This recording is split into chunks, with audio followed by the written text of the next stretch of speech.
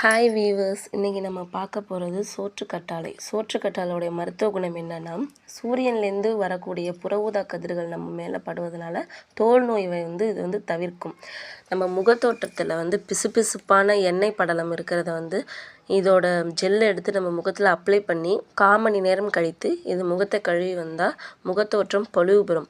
பற்களும் ஈறுகளும் வீக்னஸாக இருக்கிறவங்க இதை மென்று சாப்பிட்டால் பற்கள் பலம் பெறும். டயாபெட்டிஸ் பேஷண்ட்டுக்கு பெரிய தொல்லையாக இருக்கிறது மலச்சிக்கல். இது இந்த மலச்சிக்கலை போக்கும், மேலும் உடல் நலத்தை மேம்படுத்தும்.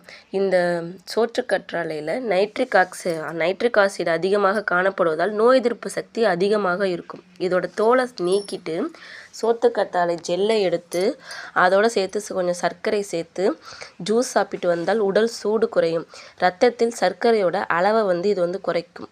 நம்ம வீட்டு வாசலில் கற்றாழை வைப்பது அதிகமாக எல்லோரும் வைப்பாங்க. இது அதிர்ஷ்டத்தை கொடுக்கும். இது திருஷ்டி செடியாகவும் பயன்படுத்துகிறாங்க.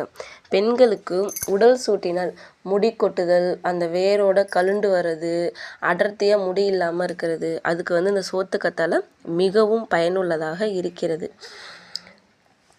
இந்த ஜெல்லை எடுத்து மிக்சியில் அடித்து ஒரு தலையில் கொஞ்சம் நேரம் தடவி ஒரு 1/2 மணி நேரம் கழித்து தலை குளிச்சுட்டு மைல்டு ஷாம்பு போட்டு தலை குளித்து வந்தால் நம்ம முடி அடர்த்தியாகவும் பளபளப்பாக இருக்கும். முடியும் நீளமாக வளரும்.